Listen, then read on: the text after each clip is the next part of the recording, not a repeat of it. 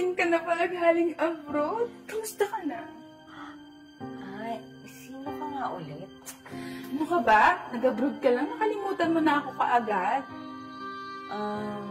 Zena? Hoy, ano ka ba? Hindi, no? Mas maganda naman ako doon.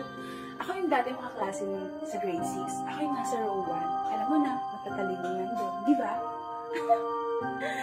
Joke lang. Ako nga pala si Honey. Si Honey! Pasensya ka na, ha? Kasi ang pagkakatanda ko, iba yung grupo mo, eh. Nakaupo kasi ako sa row 4, kaya hindi mo ko pinapansin. Ano ka ba? Nag-iba lang ako ng look na yan. Gumanda, lalo ako gumanda. Ay, ano nga palang sadya mo, Honey? Ito naman, hindi mo man lang ako ba ako allocate ng merienda dyan? Tsaka pwede, hindi lang tayo sa loob yung mukhang maganda doon. May importante kasi akong sasabihin sa'yo. Sige, halika, pasok ka. Maganda doon. Ganda ba? Wow! Ng classmate ko. Jackpot yung anak ko dito. Honey, magmerienda ka muna. Pasensya ka na, hindi ako nakapaganda. Busy kasi ako, tsaka hindi mo naman sinabi na pupunta ka. Nag-asikasa kasi ako ng papel. Konti lang kasi yung binigay na bakasyon sa akin ng amo ko. Babalik na ulit ako sa Dubai. Ito na nga. Alam mo kasi bibinyagan yung anak ko. So bala kong kunin kitang ninang. Di ba okay lang yun? Ninang? Ha? Wala bang iba dyan? Hoy! Alam mo bang bawal tumanggi? Kasi malas yun. Total, kaibigan naman kita nun. Tsaka, di ba galing kang abroad? Kaya sisiw lang sa'yo yun. Ano bang gagawin dyan? Ganito kasi yan. Total, marami ka namang pera. Sagot mo na yung isang cake. Nakapag-order na kasi ako, babayaran mo na lang. Tapos meron pang isang lechon.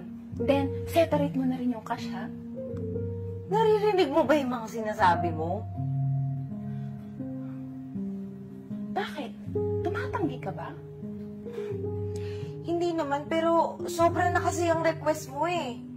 Cake, lechon, tapos cash. Hoy! Anong sobra doon? Diyos ko, galing kang abroad. Sisiw na sisiw lang sa'yo yun. Ito naman. E di kung ayaw mo, wag na lang. Sa iba na lang ako lalapit. Kay mayor o kaya kay congressman. Hoy, ang kapal din naman ng mukha mo eh, no? Ano ba tingin mo sa akin? Porket nag-a-abroad ako, tumatay na ako ng pera? Hoy, honey! Pumunta ako sa abroad sa hirap at tiyaga ko. Nising kong duling wala kang naiambag, kaya huwag kang umasa na parang may patago ka. Ang yabang mo naman. Nakapag-abroad ka lang eh. Oo, mayabang na kung mayabang. Pero proud ako kasi hindi ako kagaya mong buraot. Ipapamalit ako to sa mga kaklase natin. Ewan ko lang kung may mukha kang iharap sa kanila. Eh di, pamalita mo, sama mo pa yung principal at teacher natin. Tingnan natin kung sino magiging mukhang kawawa sa atin.